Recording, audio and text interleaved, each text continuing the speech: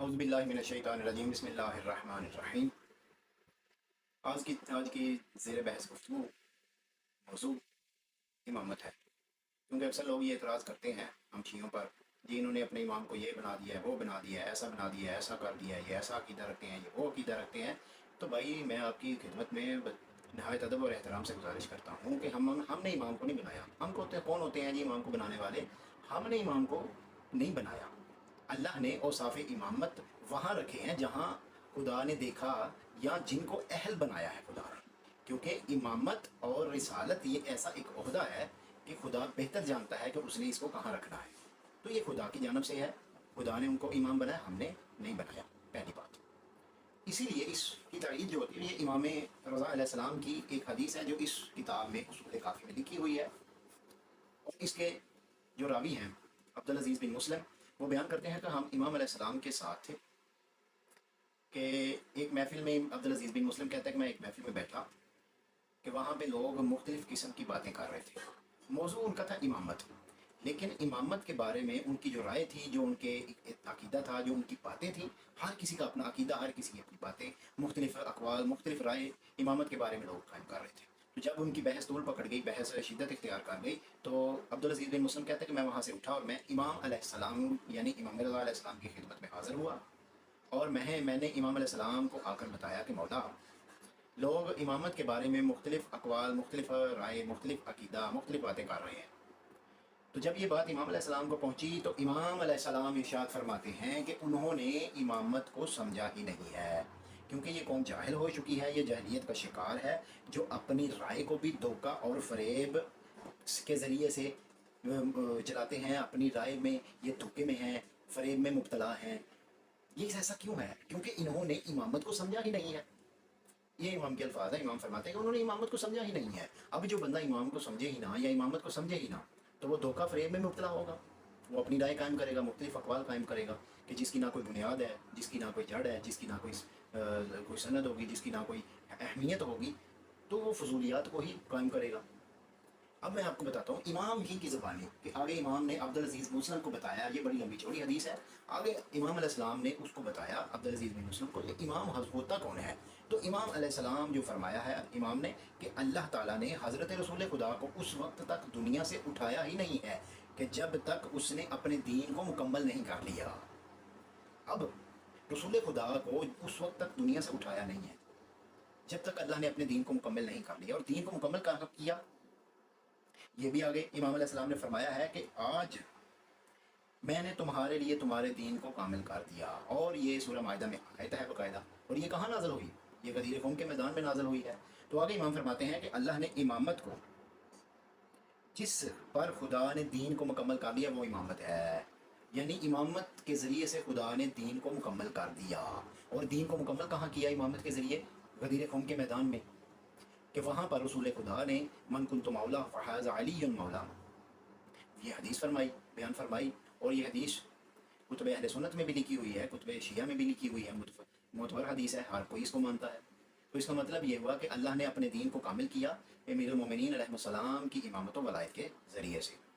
आगे इमाम रज़ा अलैहिस्सलाम इमाम की एक और सिफ़त बयान फरमाते हैं। इमाम फरमाते हैं कि ज़माने के जाहिल मिलकर भी कैसे इमाम का इंतखाब कर सकते हैं, जबकि क्योंकि इमामत जो है ये अम्बिया की मंजिलत है और औसिया की मिरास है।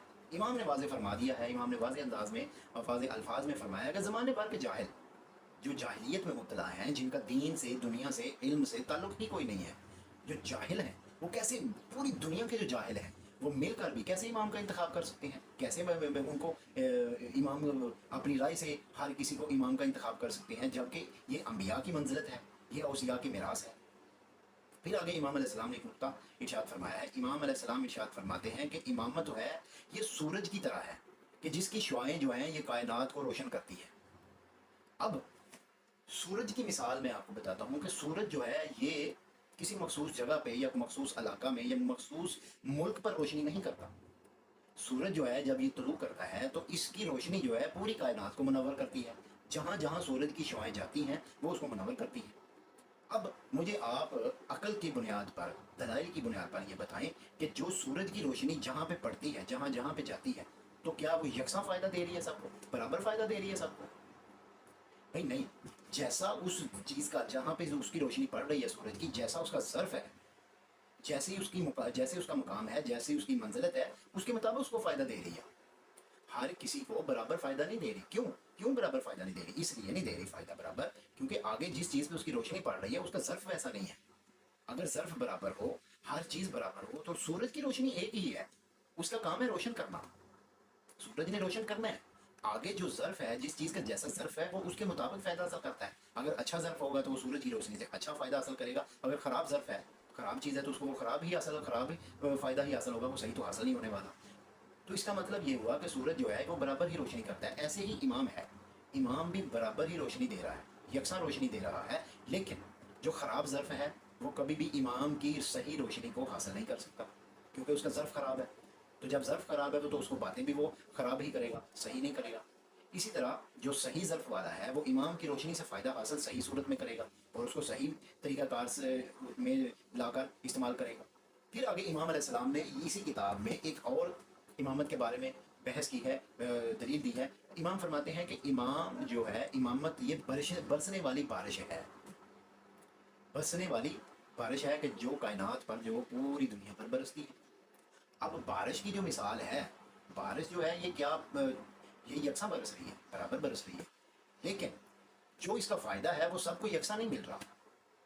بھئی کیوں؟ اس کی دلیل ہم روزانہ دیکھتے بھی ہیں. جب بارش ہوتی ہے ہم دیکھتے ہیں کہ جو بنجر زمین پہ بارش پڑتی ہے اس کو کوئی فائدہ حاصل نہیں ہوتا کیونکہ بنجر زمین پہ بارش پڑتی ہے اس کو کوئی فائدہ نہیں ہے. وہ بنجر بنجر ہی رہے گی، اس پہ نہ اناج اگے گا نہ کچھ اگے گا. وہ فائدے کے لیے ہے ہی نہیں. کیوں؟ کیونکہ زمین بنجر ہے.